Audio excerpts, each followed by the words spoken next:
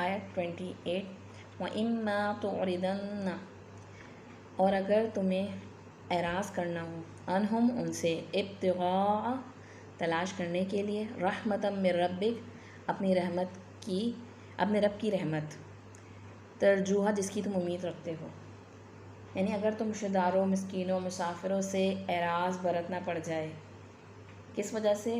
کہ اپنے رب کی رحمت کی تلاش میں، یعنی اچھے دنوں کے تمہیں انتظار ہے، امید ہے،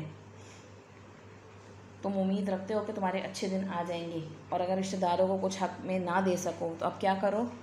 فَقُلْ لَهُمْ قَوْلًا مَيْسُورًا، تو ان سے کہو نرم بات، ان سے نرم بھلی بات کہو۔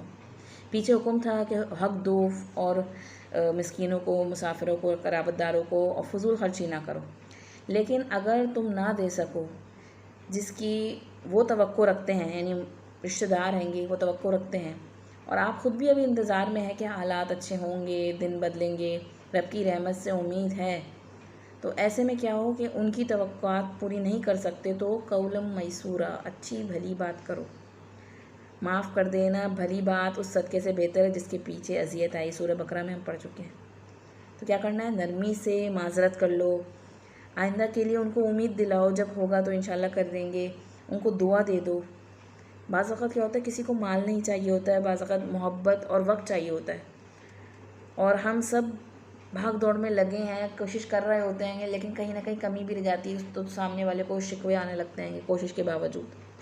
تو جب دوسرے لوگ شکوے کر رہے ہیں گے یا پھر زیادہ ڈیمانڈ کر رہے ہیں گے، اپنی جائز ڈیمانڈ سے زیادہ مانگ رہے ہیں گے، تو ایسے میں نہیں کہ ان کے سے غصہ کرنے لگو کہ ہم تو ویسے ہی آپ کے ساتھ اتنا کر رہے ہیں گے اور آپ نہیں، بلکہ کیا، نرمی سے بات کریں، پیار سے۔ اگر ہم کچھ نہیں دے سکتے تو مسکرا دیں، اسمائل کر دیں، مسکرانا بھی تو صدقہ ہے، بعض وقت اسمائل ہی کافی ہو جاتی ہے، لیکن اگر ہم ان کی اگر ناجائز ڈیمانڈ پر موڈ آف کر لیں اور غلط تاثر دیں تو اس سے کیا ہوگا، کیا فائدہ ہوگا؟ ہماری جو کی گئی نیکی ہے گی وہ بھی شاید ضائع ہو جائے۔ تو ہمیں کیا کرنا ہے؟ رسول اللہ صلی اللہ علیہ وسلم ہمارے لیے رول ماڈل ہیں، چلتا پھرتا قرآن ہے، تو ہمیں بھی دوسروں کی ناگوار ڈھیروں باتیں سن کر بھی کیا کرنا ہے گا؟ ایک اچھی بھلی بات کر دیں، بات کو رفع دفع کر کے اور اسمائل دے کر دعا دے دیں دوسرے کو۔ آیت نمبر 29 میں تعالیٰ فرمانے وَلَا تَجْعَلْ يَدَاكَ مَغْلُولَةً إِلَىٰ عُنُقِكَ، اور نہ باندھ لو اپنے ہاتھ کو اپنی گردن کے ساتھ۔ یہاں پہ جو لفظ آ رہا ہے نا، مغلولہ، غول سے ہے، بندھا ہوا ہے، یعنی غول توق کے لیے بھی استعمال ہوتا ہے۔ اپنا ہاتھ گردن کے ساتھ نہ باندھو، یعنی اتنا بخل نہ کرو، اور نہ پوری طریقے سے انسان کھول دے۔ وَلَا تَبْسُطْهَا كُلَّ الْبَسْطِ، اور نہ اسے بالکل ہی کھلا چھوڑ دو۔ بعض اوقات انسان کے اندر نیکی کا جذبہ اس قدر جوش کھاتا ہے نا کہ وہ اپنا سب کچھ اللہ کی راہ میں لٹا دینا چاہتا ہے۔ تو یہاں پہ کیا بتایا جا رہا ہے کہ نہ تو پوری طرح ہاتھ کو باندھ لو، نہ ہی اس کو پوری طریقے سے کھلا چھوڑ دو۔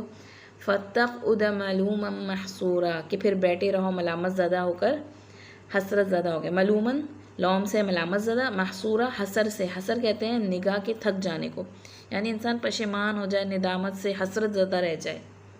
تو یہاں پہ خرچ کرنے کا بہترین طریقہ سکھایا جا رہا ہے کہ نہ تو بخل کرو کہ ضرورت میں بھی اپنی خرچ نہ کرو، ایسا ہاتھ ہی نہ کھلے تمہارا، اور نہ ایسا ہاتھ کو پھیلا دو کہ اپنی حقیقی ضروریات کے لیے کچھ بچے ہی نہ، ادھر پھینکا ادھر پھینکا، ادھر اندھا دھن ضائع کر دیا، بلکہ کیا کرنا ہے گا؟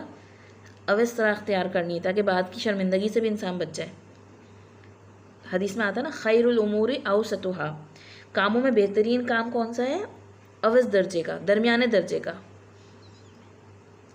اور التدبیر نصف العیش، اور تدبیر کرنا یعنی پلاننگ کرنا کیا ہے؟ آدھی زندگی ہے، یعنی انسان کی آدھی زندگی جو ہوتی ہے وہ پلاننگ میں لگ جاتی ہے۔ کہ جب انسان کوئی کام پلاننگ سے کرتا ہے تو پھر اس کے فروٹفل رزلٹ آتا ہے اس کی قدم اٹھانے پر۔ تو کیا کرتا ہے انسان کو؟ پہلے سوچنا چاہیے، سمجھنا چاہیے۔ ایسے کہ آپ سکے کوئی بلڈنگ یا کوئی پروجیکٹ تیار ہو رہا ہے تو سب سے پہلے اس میں پیچھے پلاننگ ہی ہوتی ہے کہ انسان سوچے سمجھے، پلاننگ کرے۔ اور وہ تودّ نصف العقل، اور محبت نصف عقل ہے، یعنی سمجھدار شخص جو ہوتا ہے نا وہ محبت سے کام کرتا ہے گا، یہاں تک کہ جانوروں کو بھی اپنا کر لیتا ہے گا۔ والحم نصف الحرم، اور ہم اور فکر کرنا نصف بڑھاپا ہے، یعنی نصف بڑھاپا تو انسان کی عمر کے ساتھ آتا ہے گا، اور نصف جو ہے گا انسان فکر کر کے پریشانیاں موڑ لے کے بڑھاپے سے پہلے ہی اپنے پر بڑھاپا طاری کر لیتا ہے گا۔ تو جس نے درمیانی راہ اختیار کی وہ کبھی فقیر نہیں ہوگا۔ درمیانے راستے پہ چلے، ہمیں ویسے ہی کیا کہا گیا ہے؟ امت وسط کہا گیا ہے گا، درمیانی امت ہے ہم، بہترین معتدل راہ پہ چلنے والی۔ تو نہ کنجوسی اور فضول خرچی کے درمیان کی جو بہترین راہ ہے وہ سخاوت کی راہ ہے، ورنہ کیا ہوگا؟ کچھ لوگ جو ہیں گے وہ آپ کو معلوماً ملامت کرتے رہ جائیں گے، یعنی جس کے پاس ہو اور وہ نہ دے تو اس کو لوگ ملامت کرتے ہیں نا کہ ہے بھی دیکھو پھر بھی ایسا کنجوس ہے کہ دیتا نہیں دوسروں کو، اور نہیں تو محصورہ حسرت اتا رہ جاؤ گے کہ انسان پہ خود ہی حسرت کرے گا، کاش ایسا نہ کرتا، جب اللہ نے دیا تھا تو صحیح طریقے سے پلاننگ کے ساتھ میں اس کو صحیح راستے پہ خرچ کرتا تو بعد کے دنوں کے لیے بھی اپنی بچا کے رکھتا۔ بس ہوتا نا لوگ اپنی جوانی میں اتنا ضائع کرتے ہیں کہ بعد میں جب ان کا نیکسٹ ٹائم آتا ہے، ان کے بچے بڑے ہوتے ہیں تو ان کے بچے خود ان کو حسرتیں دلاتے ہیں کہ آپ نے اس وقت میں اتنا ضائع کیا، ہمارے لیے بچا کے رکھتے تو آج ہم کچھ پلاننگ کے تحت صحیح جگہ پہ استعمال کرتے، صحیح ہماری ایجوکیشن ہو پاتی تو ہم کچھ کہیں کھڑے ہو پاتے۔ تو یہ درمیانی راہ ہمیں ہمارے دین میں ہمیں سکھائی گئی ہے گی کہ نہ تو انسان اتنا بخل کرے کہ اپنے جائز رشتوں پر اور اپنی جائز ضروریات پر بھی خرچ نہ کرے، بلکہ صرف سیٹ کے جمع کر کے رکھتا رہے، اور نہ ہی اپنے ہاتھوں کو اس طرح کھلا رکھے کہ ادھر دکھاوا، ادھر نمائش، ادھر پھینکنا، ادھر ضائع کرنا، ہوش بھی نہیں ہونا کہ کس کام میں انسان لگا رہے گا۔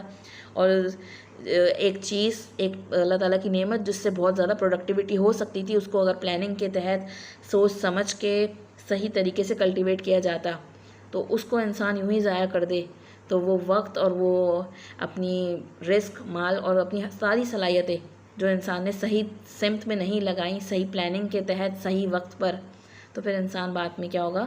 حسرت زیادہ ہوگا۔ اور یہ دنیا میں بھی حسرت ہوتی ہے، اور آخرت کی حسرت کا سوچیں، اگر ہم نے دنیا کی ان ساری نعمتوں سے اپنی آخرت نہ کمائی، اپنی جنت نہ کمائی، تو وہاں پہنچ کر کتنی بڑی حسرت ہوگی۔